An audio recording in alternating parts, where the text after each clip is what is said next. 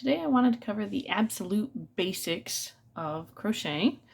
So when it comes to crocheting, it's basically just a sequence of using slip knots and kind of playing with those knots to get them to make actual items. So when you start crocheting, the first thing that you need to do is learn how to make a slip knot. So we're going to go ahead and start.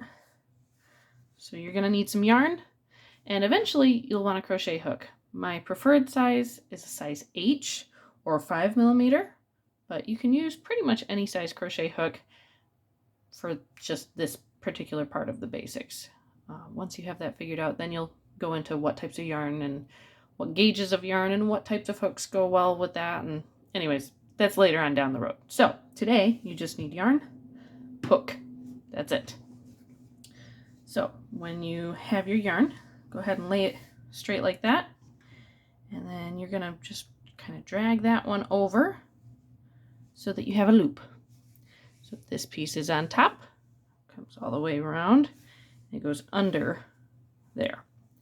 Then you're gonna grab over here and put that piece into that loop, lift the loop up, pull it through, and just pull everything tight. So we'll do that again. So you make your loop, this tail is on top, and another easier way to do it would be to pick up your loop, put your fingers through, make sure this tail stays down, go ahead and grab that piece of string, and there, you have your beginning loop. Now, to start crocheting, you need to put that loop on your hook, just like that. Ideally, you're going to have just a little bit of a gap there so that you can work through this pretty easily. We're also going to discuss how to hold your yarn. So there are different techniques for how to hold your yarn and how to hold your hook. I hold my hook more, I believe they call it knife hold, where you could kind of stab if you needed to. Some people hold it as pencil style. I prefer knife. And then for wrapping the yarn in your fingers, this is what controls how fast your yarn comes out and how easily it comes out. That's called your tension. I like to wrap it right here between my pinky and the next finger, and then wrap it around my index finger. So once I have that wrapped, then I like to hold the tail of my yarn here in these fingers down here. And what you do is you're going to take your hook using your dominant hand, grab some yarn, let it kind of catch on the hook, and pull it through that loop. So that's your first chain. This is a chain. Once you've done that, you can go ahead and do another one. So now we have 2 chains. Now it's going to take a little while to get used to holding this hand to keep the tension right. So I highly recommend practicing probably about 100 chains and trying to get it so that all of your chains end up being the same size. Because if you have a loop like that and you go to do a chain, when you look here, it's not going to look the same. You're also going to potentially run into problems where you're going to be pulling it way too tight. And then if you wanted to make an actual project, when you come back through to work into that, you really can't get the hook in there. So when you're working on this, try your best to keep your stitches even and just loose enough that you could easily poke your hook into part of it.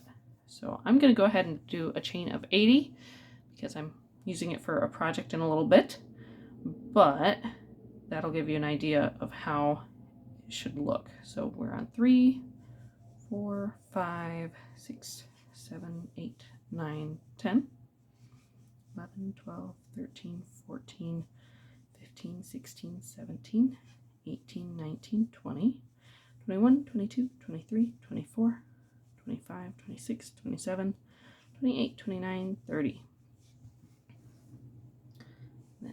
31, 32, 33, 34, 35, 36, 37, 38, 39, 40, 41, 42, 43, 44, 45, 46, 47, 48, 49, 53, 54, 55, 56, 57, 58, 59, 60, 61, 62, 63, 64, 65, 66, 67, 68, 69, 70, 71, 72, 73, 74, 75, 76, 77, 78, 79, 80. So there's my 80 chains. And this is basically the foundation to most of your flat pieces and even some of your round pieces that you would potentially be crocheting in the future. So definitely want to work towards getting it so that when you look at these, they all look approximately the same width. There's no large gaps, but they are loose enough that you can take your hook and stick it into a portion of the stitch without too much trouble.